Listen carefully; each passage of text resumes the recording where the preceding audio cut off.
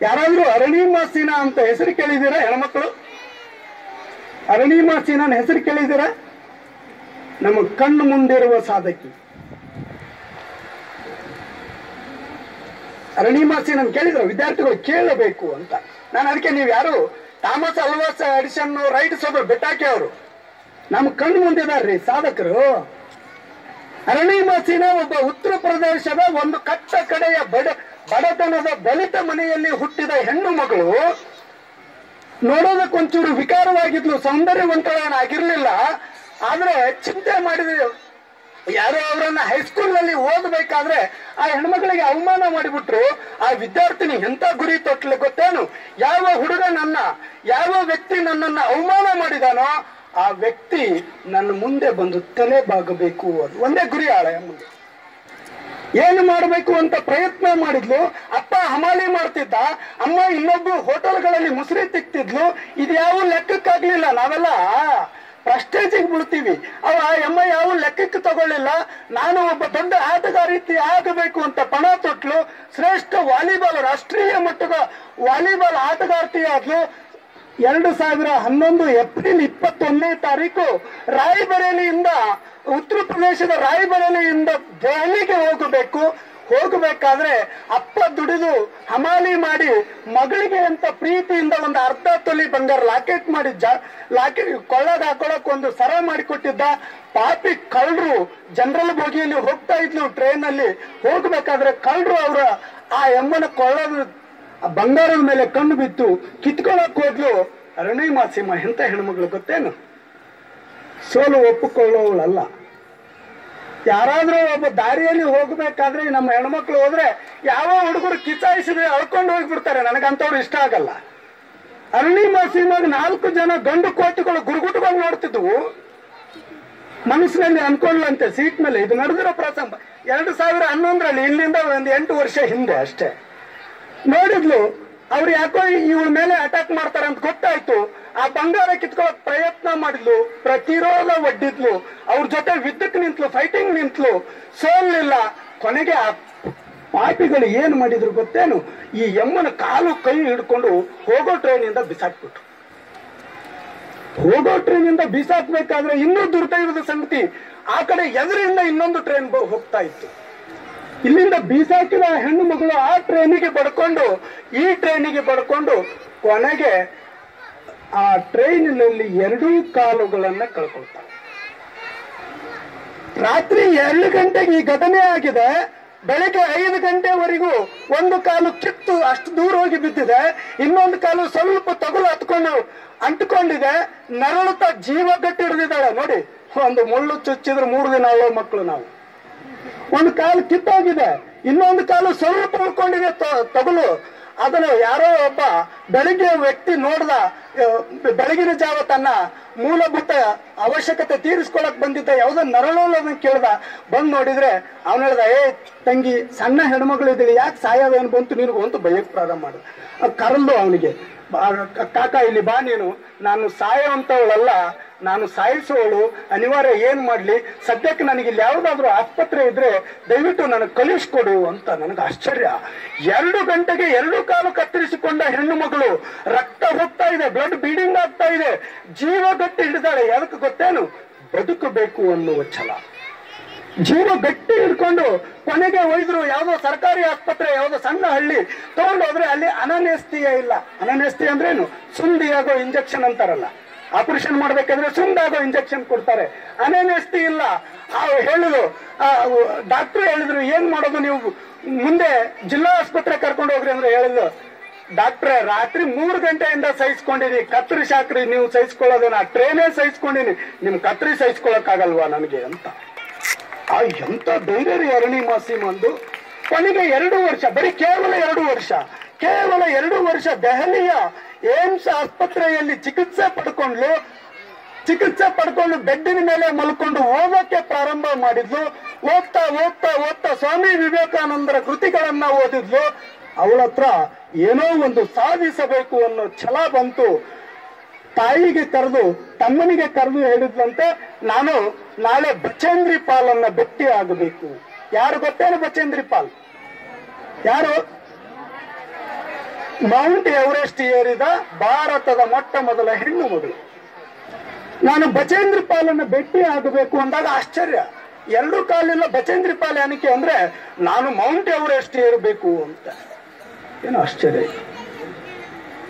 ಎರಡೂ ಕಾಲು ಕಳ್ಕೊಂಡು ಬೆಡ್ಡಿನ ಮೇಲೆ ಇಂಜೆಕ್ಷನ್ ಪಡೆಯೋ ಅರುಣಿಮಾ ಸೀಮಾ ಹೇಳ್ತಾಳೆ, ಇಲ್ಲ ನಾನು ಮೌಂಟ್ ಎವರೆಸ್ಟ್ ಏರಬೇಕು, ಅವ್ರ ಹತ್ರ ನಾನು ಕೋಚಿಂಗ್ ತಗೋಬೇಕು, ದಯವಿಟ್ಟು ನನ್ನನ್ನು ನೀವು ಆಸ್ಪತ್ರೆಯಿಂದ ಮನೆ ಕರ್ಕೊಂಡು ಹೋಗ್ಬಾರ್ದು, ಮೊದಲು ಡಿಸ್ಚಾರ್ಜ್ ಮಾಡಿ ಬಚೇಂದ್ರ ಪಾಲ್ ಮನೆಗೆ ಹೋಗಬೇಕು ಅಂತಾಗ ಕೊನೆಗೆ ಅವಳ ಆಸೆಯಂತೆ ಬಚೇಂದ್ರ ಪಾಲ್ ಮನೆಗೆ ಕರ್ಕೊಂಡು ಹೋದ್ಲಂತೆ.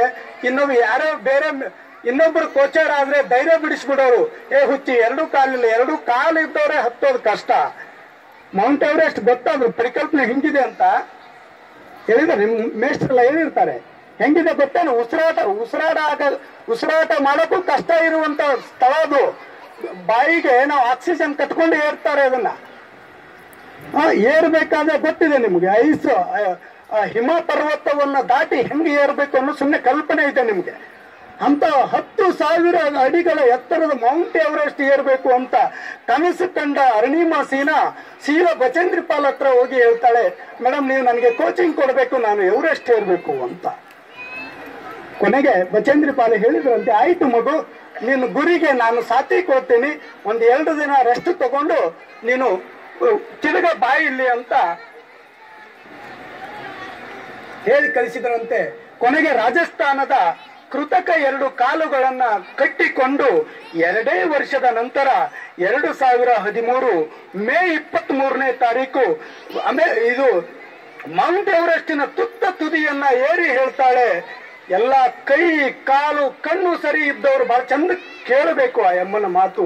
ಅವಳೇ ಹೇಳಿದ್ದು, ಈ ಸಾಧನೆ ಅನ್ನೋದು ಸಾಧಕನ ಸೊತ್ತು. ಇಡೀ ಭಾರತ, ಯಾವ ಭಾರತ ನನ್ನನ್ನ ನೋಡಿ ಅಸೂಯೆ ಪಟ್ಕೊಂಡಿತ್ತೋ, ಯಾವ ಭಾರತ ನನ್ನನ್ನ ನೋಡಿ ಅಸಹ್ಯವಾಗಿ ಕಾಣುತ್ತಿತ್ತೋ, ಆ ಭಾರತ ಇವತ್ತು ನನ್ನ ಕಾಲು ಕೆಳಗಿದೆ ಅಂತ ಜಗತ್ತಿನ ತುಟ್ಟ ತುದಿ ಮೇಲೆ ನಿಂತಿದ್ಲು.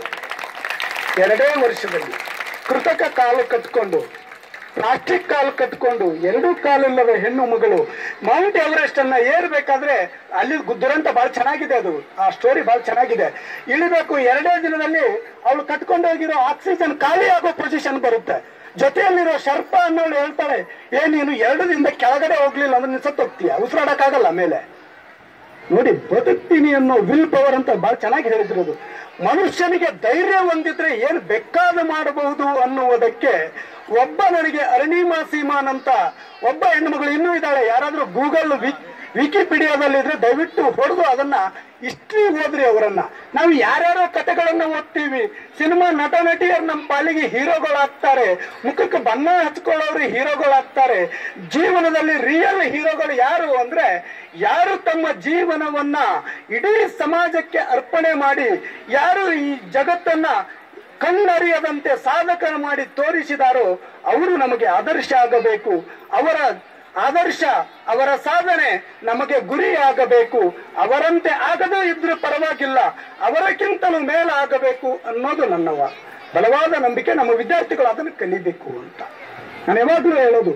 ಎಲ್ಲೋ ಒಬ್ಬ ಲಂಬಾಣಿ ತಾಂಡಾದಲ್ಲಿರುವ ಏನೋ ಕಲಿಯದ ಹುಡುಗ ಬಂದು ಕರ್ನಾಟಕದ ಇವತ್ತು ನೋಡಿದಿರ ಸರಿಗಮ ಸೀಸನ್ ನೀವೆಲ್ಲರೂ ನೋಡಿದಿರ ಸರಿಗಮ ಪದನಿಷ್ಠ ಚಾಂಪಿಯನ್ ನೋಡಿದಿರಲ್ಲ, ಹನುಮಂತಪ್ಪ. ಎಲ್ಲೋ ಒಬ್ಬ ಕುರಿ ಕಾಯುವ ಹುಡುಗ ಬಂದು ಕರ್ನಾಟಕದ ಹೀರೋ ಆಗ್ತಾನೆ. ನಮಗೆಲ್ಲ ಅಕ್ಷರ ಗೊತ್ತಿದೆ, ನಮ್ ಕಲಿಸಿದ ಗುರುಗಳಿದ್ದಾರೆ, ಅಪ್ಪ ಅಮ್ಮ ನಮಗೆ ಬೆನ್ ತಟ್ಟವ್ರು ಇದ್ದಾರೆ. ಎಲ್ಲ ಇದ್ಕೊಂಡು ನಮಗೇನು ಮಾಡಕ್ಕಾಗಲ್ವಾ? ಯೋಚನೆ ಮಾಡೋಣ. ಮಾಡ್ಬೋದೋ ಇಲ್ಲೋ? ಹೌದಾ, ಮಾಡ್ಬೋದು ತಾನೆ? ಬಹಳ ಜನ ಇದ್ದಾರೆ. ರವಿ ಡಿ ಚನ್ನಣ್ಣ ಅಂತ ಕೇಳಿದ್ರೆ ಯಾರಾದ್ರೂ ಹೆಸರು? ಕರ್ನಾಟಕದ ದಕ್ಷ ಪೊಲೀಸ್ ಅಧಿಕಾರಿ, ಸದ್ಯ ಡಿಜಿ ಇದ್ದಾರೆ, ಇದಕ್ಕೆ ಬೆಂಗಳೂರು ಮಹಾನಿರ್ದೇಶಕರಾಗಿದ್ದಾರೆ. ಒಬ್ಬ ನೋಡಿ, ಏನು ಆತನ ಬಹಳ ನಮ್ಮ ನಿಮ್ಮಂತೆ ಬಡತನದಲ್ಲಿ ಹುಟ್ಟಿದ ಹುಡುಗ. ಆತ ಕಾಲೇಜು ಓದಬೇಕಾದ್ರೆ ಸಿನಿಮಾ ಟಾಕೀಸಲ್ಲಿ ಟಿಕೆಟ್ ಮಾರ್ಕೊಂಡು ಯಾವುದೋ ಹೋಟ್ಲಲ್ಲಿ ಸಪ್ಲೈ ಮಾಡಿ ಓದಿದಂತ ಹುಡುಗ ಇವತ್ತು UPSC ಪಾಸ್ ಆಗಿ IPS ಅಧಿಕಾರಿಯಾಗಿ ನಮ್ಮೆಲ್ಲರಿಗೂ ಇವತ್ತು ಮಾರ್ಗದರ್ಶಕರಾಗಿದ್ದಾರೆ. ಅವರೇನು ದೊಡ್ಡ ಶ್ರೀಮಂತರು ಏನು? ಅವರು ನಮಗೆ ಏನಾದ್ರೂ ಮಾಡಬೇಕು ಅನ್ನುವ ಒಂದು ಛಲ ಇರಬೇಕು. ನಾನು ಅದನ್ನೇ ಹೇಳೋದು. ನೀವು ಹತ್ರ ಒಂದು ಗುರಿ ಇಟ್ಟುಕೊಳ್ಳಿ, ಆ ಗುರಿಯ ಕಡೆಗೆ ನೀವು ಪ್ರಯತ್ನ ಮಾಡಿ, ಪ್ರಯತ್ನಶೀಲಾಗರಿ, ಅಧೈರ್ಯವಂತರಾಗಬೇಡಿ. ಸೋಲನ್ರಿ, ಸೋಲೋದೇ ಬಹಳ ಚಂದ. ಅದು ಸೋಲಬೇಕು. ಸರ್ ಒಂದ್ ಮಾತು ಹೇಳಿದ್ರು, ಅವಮಾನ. ಮೊದಲು ಜೀವನದಲ್ಲಿ ನಾವೇನಾದ್ರೂ ಕಲಿ ಮೊದಲು ಅವಮಾನ, ಆಮೇಲೆ ನಮ್ಮಾಗೆ ಅನುಮಾನ ಪ್ರಾರಂಭ ಆಗುತ್ತೆ. ಏನೋ ಮಾಡಕತ್ತೀವಿ ಅಂದ್ರೆ ಏನೋ ನಡೆಸ ನೀವು ಅಂತಾರ. ಅನುಮಾನ, ಅನುಮಾನದ ಕೊನೆಯ ಸನ್ಮಾನ ಅಂತ. ಹಾಗಾಗಿ ನಾನು ನಿಮ್ಗೆ ಬಹಳ ಸಾರಿ ನಾನು ಸ್ಕೂಲಿಗೆ ಬಂದಿದ್ದೀನಿ, ನಿಮಗೆ ಬಹಳ ಜೊತೆ ಮಾತನಾಡಿದ್ದೀನಿ. ಇಂಥ ಅನೇಕ ಸಾಧಕರ ಪಟ್ಟಿ ನಮ್ಮ ಮುಂದಿದೆ, ನಮ್ಮ ಕಣ್ಣು ಮುಂದಿದೆ. ನಾವು ಈ ಸಮಾಜಕ್ಕಾಗಿ ಬದುಕಬೇಕು, ಈ ದೇಶದ ಬಗ್ಗೆ ನಮಗೆ ಪ್ರೀತಿ ಇರಬೇಕು, ದೇಶವನ್ನ ಪ್ರೀತಿಸಬೇಕು. ದೇಶಭಕ್ತರು ಬಹಳಷ್ಟು ಜನರ ಕಥೆಗಳನ್ನ ನಾವು ಓದಬೇಕು. ಆ ಮೂಲಕ ನೀವು ಶಾಲೆಯಲ್ಲಿ ಏನ್ ಪಾಸ್ ಆಗ್ತೀರೋ ನನಗೆ ಗೊತ್ತಿಲ್ಲ. ನಾನಂತೂ ಮೊದಲು ವಿರೋಧಿ ಇದ್ದೀನಿ. ನಾನು ಏನಂದ್ರೆ ಬರೀ ನೀವು ಸರ್ಕಾರಿ, ಇವತ್ತು ಶಾಲಾ ಕಾಲೇಜುಗಳು ಹೆಂಗಾಗಿಬಿಟ್ಟವು ಅಂದ್ರೆ ಏನು ಸರ್ಕಾರಿ ನೌಕರರನ್ನ ತಯಾರು ಮಾಡುವ ಕಾರ್ಖಾನೆಗಳಾಗ. ಇದು ದೊಡ್ಡ ಸಮಸ್ಯೆ ಇದೆ. ಅಂದ್ರೆ ಏನು ಸರ್ಕಾರ ನೌಕರಿ ಕೊಡಕ್ಕಾಗ್ಲಿ. ನಾನು ಕೇಳ್ತೀನಿ ಬಹಳ ಸಾರಿ, ಕರ್ನಾಟಕ ಸರ್ಕಾರಕ್ಕೆ ಬರೀ 6,50,000 ಜನ ಬೇಕು. 1 ವರ್ಷಕ್ಕೆ 1 ಲಕ್ಷ ಜನ ರಿಟೈರ್ಡ್ ಆಗ್ತಾರೆ. 1 ವರ್ಷಕ್ಕೆ ನಮ್ಮ ಕರ್ನಾಟಕದ ಶಾಲಾ ಕಾಲೇಜುಗಳಲ್ಲಿ 3 ಲಕ್ಷ ಜನ ಡಿಗ್ರಿ ಮುಗಿಸ್ಕೊಂಡು ಹೊರಗೆ ಬರ್ತೀವಿ. ಸರ್ಕಾರಕ್ಕೆ ಬೇಕಾಗಿರೋದು 1 ಲಕ್ಷ, 2 ಲಕ್ಷ ಜನ ನಾವೇನ್ ಮಾಡ್ಬೇಕು? ಬರೀ ನೌಕರಿ ತಗೊಳ್ಳೋದೇ ದೊಡ್ಡ ಸಾಧನೆ ಅಲ್ಲ. ಸಾಧಕನಿಗೆ ಹಲವಾರು ಮುಖಗಳಿದೆ. ಸಾಧನೆ ಮಾಡುವವನಿಗೆ ನಮ್ಮೊಳಗೊಬ್ಬ ಗಾಯಕ, ನಿನ್ನೊಳಗೊಬ್ಬ ಚಿತ್ರಕಲಾವಿದ, ನಿನ್ನೊಳಗ ಒಬ್ಬ ಭಾಷಣಕಾರ. ಇಲ್ಲಿ ನಿಂತವ್ರು ನನಗನ್ನಿಸ್ತು, ನೀವು ಕರೆಕ್ಟ್ ಆಗಿ ಟ್ರೈನ್ ಮಾಡಿದ್ರೆ ಇಲ್ಲಿ ಎಷ್ಟು ಜನ ಭಾಷಣ ಮಾಡೋದ್ರಲ್ಲ, ಒಳ್ಳೆ ಭಾಷಣ ಮಾಡಿದ್ರೆ. ಚಕ್ರವರ್ತಿ ಸೂಲಿಬೆಲೆ ಅನ್ನೋ ಒಬ್ಬ ಮಲೆನಾಡಿನ ಮೂಲೆಯಲ್ಲಿ ಹುಟ್ಟಿದವನು, ಇವತ್ತು ಅವನು ಭಾಷಣ ಕೇಳಕ್ 10,000 ಜನ ಬರ್ತಾರ್ರಿ. ಬರೀ ಭಾಷಣ ಕೇಳಕ್, ಒಂದು ಭಾಷಣ ಮಾಡಕ್ ಹೋಗ್ಬೇಕಂದ್ರೆ 50,000 ಸಂಭಾವನೆ ತಗೊಳ್ತಾನೆ ಒಂದು ಭಾಷಣ ಮಾಡೋಕ. ಹೌದಾ? ಬದುಕಲಿಕ್ಕೆ ಸಾಧಿಸಬೇಕು ಅನ್ನುವ ಛಲ ತೊಟ್ಕೊಂಡು ನಾವು ಹೊರಟು ಬಿಟ್ರೆ ನಮ್ಗೆ ದಾರಿ ತುಂಬಾ ವಿಶಾಲವಾಗಿ. ಅಶ್ವಿನಿ ಅಂಗಡಿ ಅಂತ ಗೊತ್ತಾ ನಿಮಗೆ ಯಾರಿಗಾದ್ರು? ಒಬ್ಬ ಹೆಣ್ಣು ಮಗಳು 2 ಕಣ್ಣಿಲ್ಲ. ಇವತ್ತು ವಿಶ್ವಸಂಸ್ಥೆಯಲ್ಲಿ ಆ ಅಮ್ಮನಿಗೆ ಈ ವರ್ಷ ವಿಶ್ವಸಂಸ್ಥೆಯಲ್ಲಿ ಆ ಅಮ್ಮನಿಗೆ ಪ್ರಶಸ್ತಿ ಕೊಟ್ಟು ಗೌರವಿಸ್ತಾರೆ. ಗದಗಿನ ಹುಬ್ಳಿಯ ಅಶ್ವಿನಿ ಅಂಗಡಿ ಅಂತ ಹೆಣ್ಣು ಮಗಳು ನಾನು ಕಣ್ಣಿಲ್ಲದ ಮಕ್ಕಳಿಗಾಗಿ ದುಡಿತೀನಿ ಅಂತ ಇವತ್ತು ದೇಶದ ತುಂಬಾ ತಿರುಗಾಡಿ ಬ್ರೈಲ್ ಶಿಕ್ಷಣದ ಬಗ್ಗೆ ಜಾಗೃತಿ ಮೂಡಿಸ್ತಾ ಒಂದು ಕಣ್ಣಿಲ್ಲದವರ ದಿವ್ಯಾಂಗರ ಐಕಾನ್ ಆಗಿರುವಂತಹ ಹೆಣ್ಣು ಮಗಳು. 2 ಕಣ್ಣಿಲ್ಲದ ಹೆಣ್ಣು ಮಗಳು ಸಾಧಿಸೋದಾದ್ರೆ, 2 ಕಾಲಿಲ್ಲದ ಹೆಣ್ಣು ಮಗಳು ಮೌಂಟ್ ಎವರೆಸ್ಟ್ ಏರೋದಾದ್ರೆ, ಏನೂ ಅಕ್ಷರ ಕಲಿಯದ ಒಬ್ಬ ಹನುಮಂತಪ್ಪ ಅನ್ನುವ ಒಬ್ಬ ಹುಡುಗ ಶ್ರೇಷ್ಠ ಗಾಯಕನಾಗುವುದಾದ್ರೆ, ಅಕ್ಷರದ ಮುಖವೇ ನೋಡದ ಇರುವ ರಮೇಶ್ ಬಲ್ಲಿದನಂತ ಒಬ್ಬ ಒಳ್ಳೆ ಇಂಗ್ಲಿಷಿನ ಬೋಧಕನಾಗೋದಾದ್ರೆ, ಎಲ್ಲ ಇದ್ದಿರುವ ನಾವುಗಳು ಏನಾಗೋದಕ್ಕೆ ಸಾಧ್ಯವಿಲ್ಲ ಅಂತ ನೀವು ಪ್ರಶ್ನಾರ್ಥಕ ಚಿಹ್ನೆಯನ್ನು ಇಟ್ಕೋಬೇಕು. ಇಷ್ಟು ಮಾತ್ರ ಹೇಳಬಲ್ಲೆ. ಹಾಗಾಗಿ ಇಲ್ಲಿ ನಾನು ಜಾಸ್ತಿ ಹೇಳುವಂಥದ್ದೇನೂ ಇಲ್ಲ. ನಿಮ್ಮೆಲ್ಲರಿಗೂ ಗೊತ್ತಿದೆ, ಈ ಶಾಲೆ ಅಂದ್ರೆ ಒಂಥರ ನಾನು ಆಶ್ರಮ ಅಂತಾನೆ ಹೇಳ್ತಿರ್ತೀನಿ. ಬೇರೆ ಕಡೆ ನನ್ನ ಪಕ್ಕದ ಯಾಳಗಿ ಸರ್ ಕೇಳಿದ್ರು, ಈ ಏಡಾಗಿದೆ ನಾನು. ಇಲ್ಲ ಸರ್, ಆಗಿರೋದು ಒಂದೇ ಪ್ರೈಮರಿ ಸ್ಕೂಲು, ಆದ್ರೆ ಹೈಸ್ಕೂಲ್ ಮಕ್ಕಳಿಗೆ ಇವರೇ ಉಚಿತವಾಗಿ ಊಟ ಕೊಡ್ತಾರೆ ಅಂತ ನಾನು ಹೇಳಿದೆ ಅವ್ರಿಗೆ. ಇನ್ನು ಹೈಸ್ಕೂಲ್ ನೋಡಿ, ಇವತ್ತು ನಾನು ಬರೀ ನಮ್ಮ 1891 ಕಾಲಘಟ್ಟದಲ್ಲಿ ಒಬ್ರು ತಲಕಾಡಿನ ರಂಗೇಗೌಡರು ಮತ್ತು ಕುದುಮಲ ರಂಗರಾಯರ ಬಗ್ಗೆ ಕತೆ ಓದಿದ್ದೆ. ದಲಿತ ಮಕ್ಕಳಿಗಾಗಿ ಆ ಕಾಲದಲ್ಲೇ ಸ್ಕಾಲರ್ಶಿಪ್ ಅನ್ನು ಕೊಟ್ಟು, ಹಾಸ್ಟೆಲ್ಗಳನ್ನು ಕಟ್ಟಿ, ಊಟ ಕೊಟ್ಟು, ಯಾವಾಗಿನ ಸರ್ಕಾರವೂ ಇರಲಿಲ್ಲ, ಬ್ರಿಟಿಷರ್ ಗುಲಾಮರಾಗಿದ್ದೀವಿ ನಾವು. ಹಾಗಾಗಿ ಆ ಕಾಲದಲ್ಲಿ ಅಷ್ಟೊಂದು ಕೆಲಸ ಮಾಡಿದ ನಾನು ಕುದುಮಲ ರಂಗರಾಯರನ್ನ ನೆನೆಸ್ಕೊಂಡಾಗ ಈಗ ನೆನಪಿಗೆ ಬರೋದೇನು ಅಂದ್ರೆ, ಇಲ್ಲಿರುವ ಮಕ್ಕಳು ನಾವೆಲ್ಲರೂ ಸಾಮಾನ್ಯ ಕುಟುಂಬದಿಂದ ಬಂದವರು. ಯಾರು ದೊಡ್ಡ ಶ್ರೀಮಂತರ ಮನೆತನದಿಂದ ಬಂದವರಲ್ಲ. ನಮಗೆ ಈ ಶಾಲೆ ಒಂದು ತರ ಎಲ್ಲ ರೀತಿಯಿಂದ ತಂದೆಯಾಗಿ, ತಾಯಿಯಾಗಿ, ಗುರುವಾಗಿ ನಮ್ಮ ಜೀವನದ ಸಂಸ್ಕಾರ ಕಲಿಸುವಂತ ಒಂದು ವಿಶ್ವವಿದ್ಯಾಲಯ ನಿಲಯವಾಗಿ ಬೆಳೆದು ನಿಲ್ಲಲಿ. ಮತ್ತೆ ಇಲ್ಲಿ ಕಲಿತವರು, ನಾನು ಅದನ್ನೇ ಹೇಳೋದು, ಈ ಶಾಲೆಯ ಮಕ್ಕಳು ಯಾವ ಕಡೆ ಪರಿಚಯ ಮಾಡ್ಬೇಕಾದ್ರೆ ಹೇಳಿದ್ರು ಮಿಲಿಟರಿಯಲ್ಲಿದ್ದಾರೆ, ಆ ಇಲಾಖೆಯಲ್ಲಿದ್ದಾರೆ, ಈ ಇಲಾಖೆಯಲ್ಲಿದ್ದಾರೆ ಅಂತ. ನಾನು ಏನು ಹೇಳೋದು ಅಂದ್ರೆ, ಈ ಶಾಲೆಯ ಹೆಸರು ನಾಳೆ ಭಾರತದ ಯಾವುದಾದ್ರೂ ಮೂಲೆಯಲ್ಲಿ ಒಂದು ಕಡೆ ಬರಬೇಕು. ನಾನು ಬಯಸೋದು ಅದನ್ನೇ. ಅದು ಒಂದು ಗುರಿ ಇಟ್ಕೊಳ್ಳಿ. ನನ್ನ ರಾಣಿ ಜಾನಕಿ ದೇವಿ ಶಾಲೆಯ ಹೆಸರು ಇಡೀ ಅಂತಾರಾಷ್ಟ್ರೀಯ ಮಟ್ಟದಲ್ಲಿ ರಾರಾಜಿಸಬೇಕು. ಅಂತ ಒಬ್ಬ ಸಾಧಕರಾಗಬೇಕು. ನೀವು ಕ್ರೀಡಾಪಟುವಾಗ್ರಿ, ಗಾಯಕರಾಗ್ರಿ, ಆಟಗಾರರಾಗ್ರಿ, ಭಾಷಣಕಾರರಾಗ್ರಿ, ನೌಕರಿ ಮಾಡಿ ಬೆಕ್ಕಾದಾಗ್ರಿ, ನನಗೆ ಯಾವ ತೊಂದರೆ ಇಲ್ಲ. ಏನಾದ್ರೂ ರಾಣಿ ಜಾನಕಿ ದೇವಿಯ ಶಾಲೆಯ ಹೆಸರು ಅಂತಾರಾಷ್ಟ್ರೀಯ ಮಟ್ಟದಲ್ಲಿ ಒಂದು ಸಾರಿ ನನ್ನಿಂದ ಬರಬೇಕು ಅಂತ ಹೆಮ್ಮೆ ಪಡುವಂತ ಪ್ರತಾಪ್ ಅನ್ನುವ ಒಂದು ಹುಡುಗ ಮೊನ್ನೆ ಹೇಳ್ತಾ ಇದ್ದ ಇಂಟರ್ವ್ಯೂ ಮಾಡ್ಬೇಕಾದ್ರೆ, ಮಂಡ್ಯ ಜಿಲ್ಲೆಯ ಒಬ್ಬ ಸಾಮಾನ್ಯ ರೈತನ ಮಗ ಒಂದು ಹುಡುಗ ಡ್ರೋನ್ ಕ್ಯಾಮ್ರಾ ನೋಡಿದಿರಲ್ಲ, ಡ್ರೋನ್ ಅಂದ್ರೆ ಅರ್ಥ ಆಗುತ್ತಲ್ಲ, ಆ ಡ್ರೋನ್ ಅನ್ನ ಹೊಸದಾಗಿ ಆತ ಪೇಟೆಂಟ್ ಮಾಡಿ ಆವಿಷ್ಕಾರ ಮಾಡಿದಾನೆ. ಅದನ್ನ ಜಪಾನಿನ 73 ದೇಶಗಳ ಪೈಪೋಟಿಯಲ್ಲಿ 73 ದೇಶದಿಂದ ವಿದ್ಯಾರ್ಥಿಗಳು ಬಂದಿದ್ರು.